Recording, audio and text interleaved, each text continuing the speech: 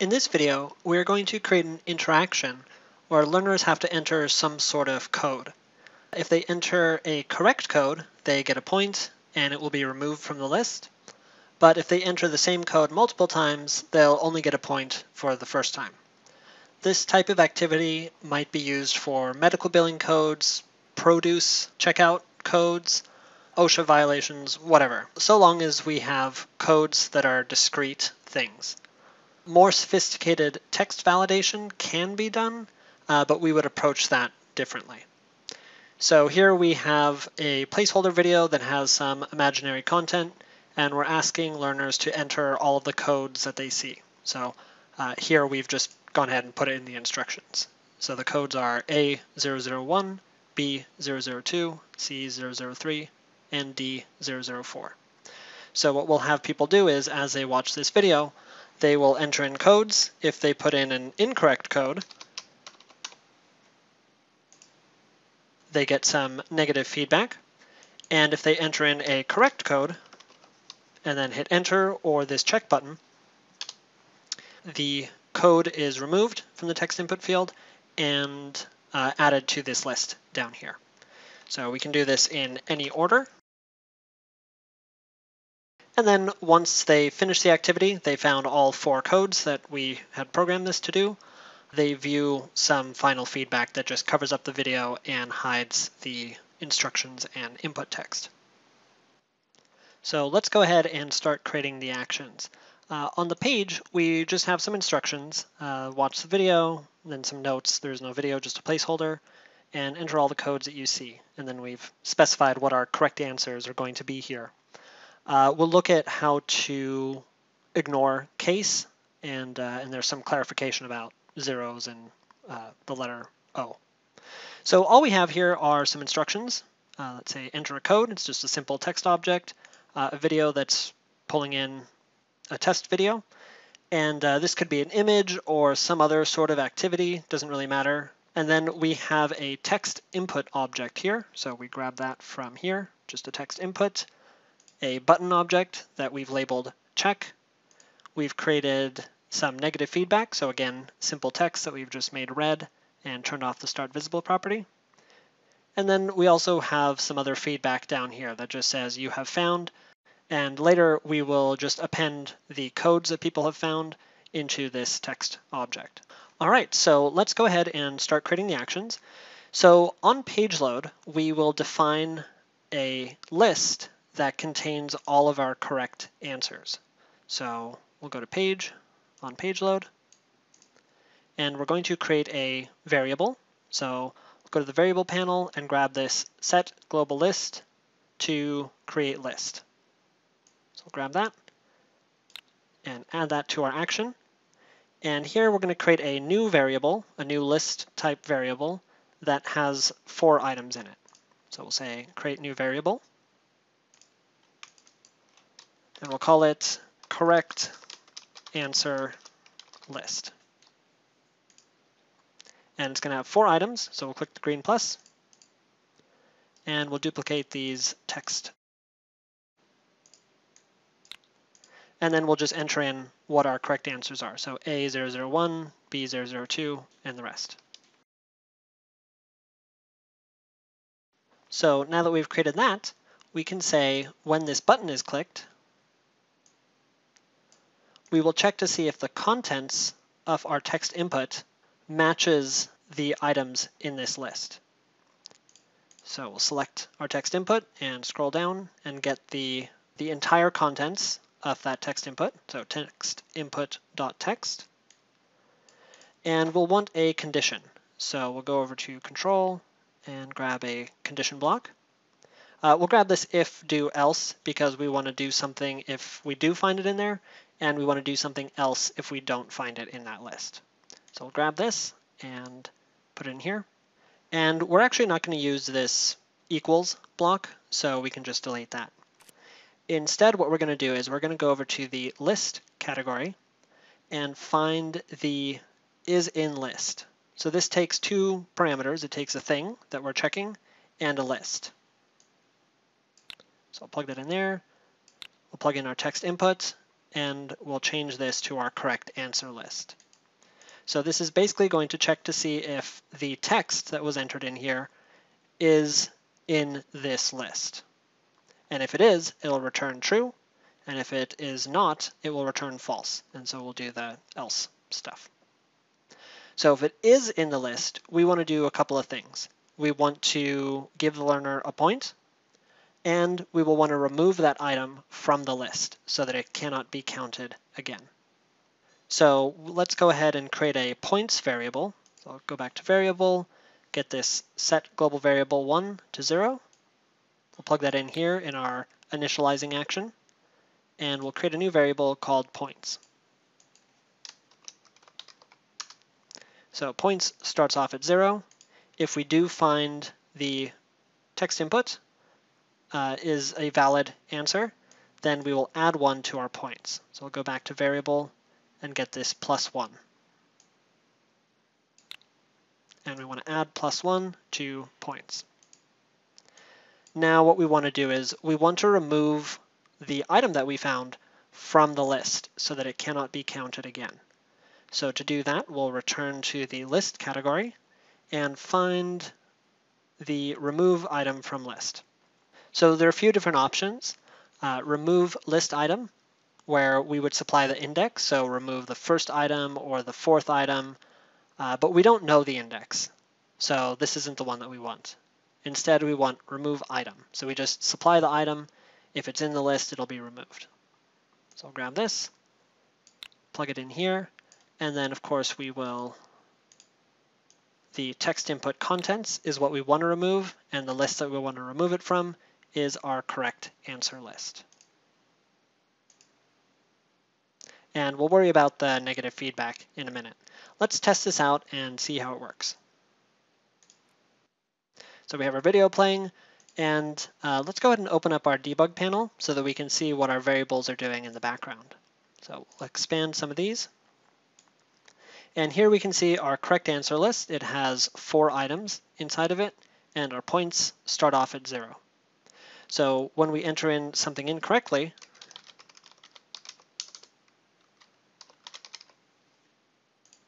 nothing really happens. Our points are still at 0. All of these items are still in the list.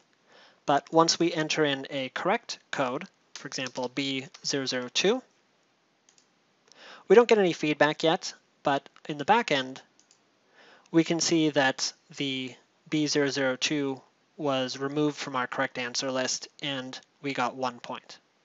So then if we enter in D004, now we have 2 points, and that was removed from the list. So from here, we can go ahead and add a little bit of feedback. So we'll show that's not a valid code. We'll select that text object and say show, and we'll put that in the else. So now if they enter in something and it was not found, they'll get that message. And we can also clear out the text input when a correct answer has been found, and we'll append it down here in this other text object. So we'll do this first. We will say you have found, we'll append text on new line. And what are we going to append there? The text input. And then we will clear this out. So we will set that text to blank. Make sure that this action comes before this one. If we had these in the opposite order, we would be clearing out what they typed in and then appending text, basically the blank input text into there. So we do want to get the text first and then clear it out. We have also shown our negative feedback, but we have not yet decided when to hide it. So what we'll do is we'll go back to our text input object and say text input on value change. So as soon as they change the value in there, we will hide our negative feedback. So we'll grab this and just create a whole separate action over here to the right, and we will just tell our negative feedback to hide. All right, so let's preview this again. And we'll enter in something wrong. and click the check button, and we get some negative feedback. And then as soon as somebody starts typing in here again, that negative feedback is removed. And then once they get a correct answer, it disappears from here and moves down into this other text output. So whenever we are dealing with text input, there are a few things that can kind of go wrong. One is perhaps the codes are not case sensitive. In that case, if we put in lowercase b 002, the learner might expect that to be correct. However, it does not exactly match the text that's in here, so that will be considered incorrect. If you want to make this case insensitive, what we can do is start manipulating the text that has been typed in to put it in the same format. So let's give ourselves a little bit more room here. And we're going to go over to the advanced text category. And from here, we're going to grab this uppercase. So what this is going to do is it's going to take whatever they have typed in and transfer it to uppercase, or translate it to uppercase. So now if they have lowercase letters, those will all become uppercase. And we could change it all to lowercase, but our correct answers are already in the uppercase format. So we want to translate what they've typed in to uppercase so that we can compare it against what we've already provided. So we can go ahead and put that in here. And whatever we do in here, we also want to do in these sections.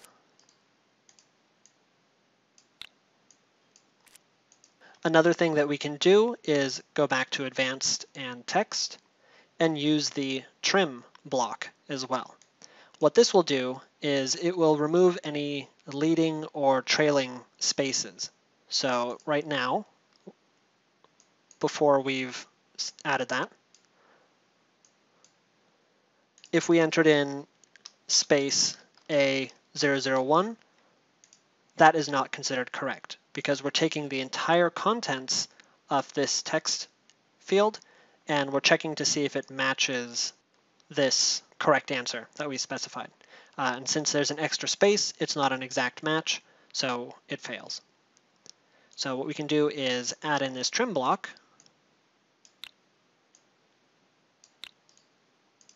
And now we don't have to worry about leading or trailing spaces.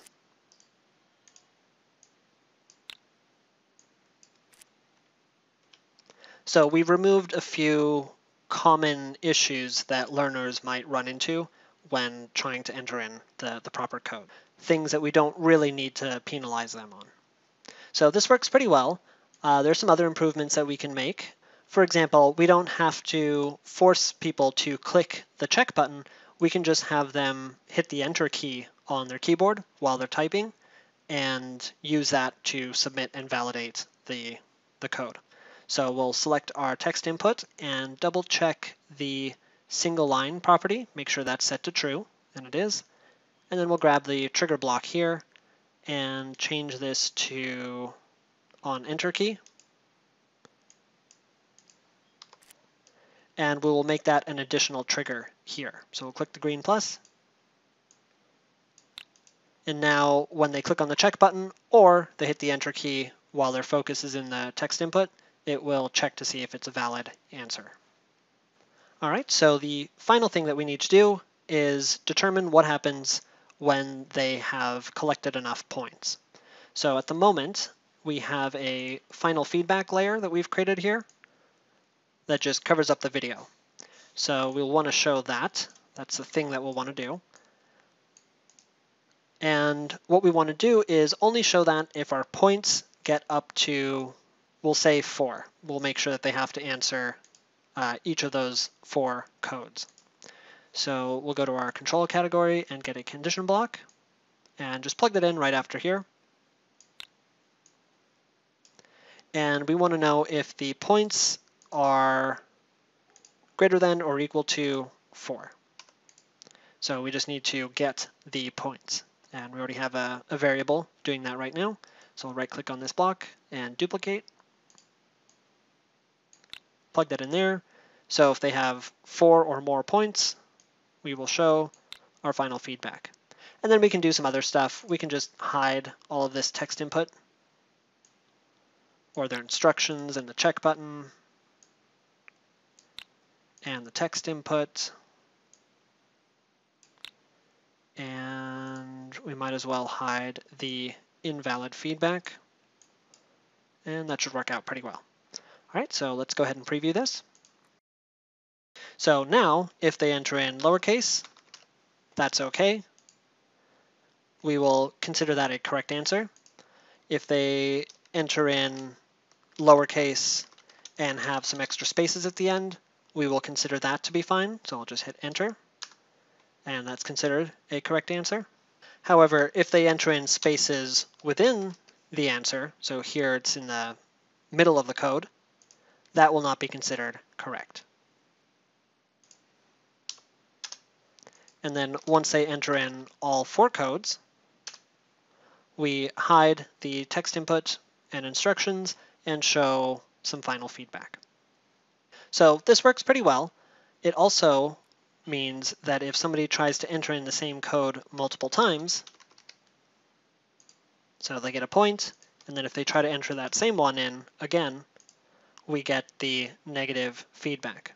Because the first time they went through this, we gave them a point and then removed it from our correct answer list. So it's no longer in the list, so it's no longer a valid code. So people can't just enter in the one code that they know 4 times and then pass the activity. However, what happens if we do want to show different feedback? Because A001 is a valid code, but it's already been used. So what can we do in that situation? We can basically create a copy of this list, and if it's not in our correct answer list, we can check to see if it's within our original copy of the list and then show some different feedback. So let's go ahead and do that. So we have our correct answer list here, and let's go ahead and create a new variable, and we'll plug it in here. And what we're going to do is we're going to rename this variable to correct answer list. Well, we'll call it original correct answer list. And what we'll do is go to the list block, the list category, and find copy list. And then we'll copy our correct answer list.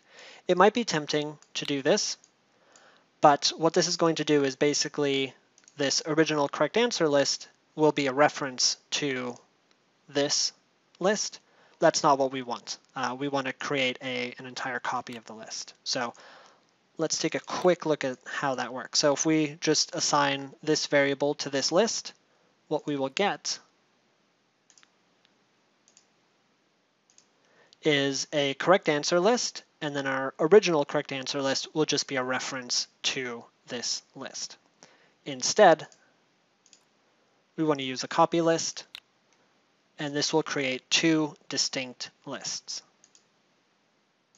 So now we have a correct answer list and an original correct answer list.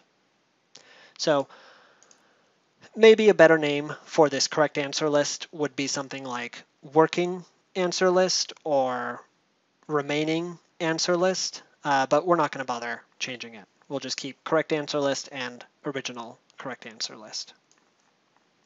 So now what we're doing here is we're checking to see if that input is in our correct answer list. If it's not, we'll do a second check to see if it was in the original list and show different feedback. So right now we just have that's not a valid code, but it might be a valid code, just it's already been used.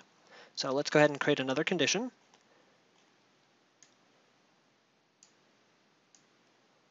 And we will do the same thing that we did before. We'll just duplicate this entire thing, plug it in there. And this time we're going to check to see if the text input is in our original correct answer list. And if it is, we'll show some different feedback. If it's not, then we'll say that's not a valid code. So we need to create that feedback. We will duplicate this, and we will say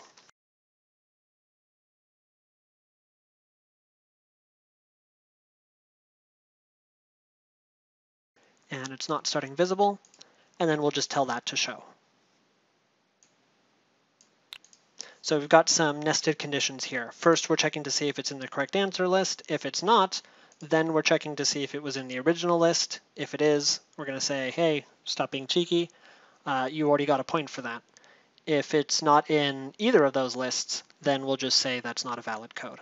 And again, we're showing this feedback, but we're never hiding it. So let's put that in here. And let's also hide it when the final feedback is shown. So let's preview this again. And now, if we enter in a correct code, we get it. If we enter in another correct code, we get it. If we try to get A001 again, we get some specific feedback about that situation, because if we open up our debug panel, we can see that it first checked in the correct answer list for A001.